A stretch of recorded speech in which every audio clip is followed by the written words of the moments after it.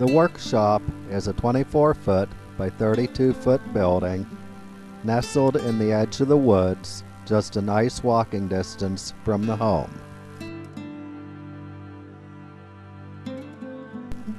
It has a concrete floor,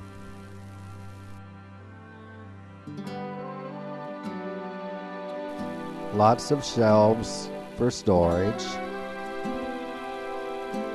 It is very well wired.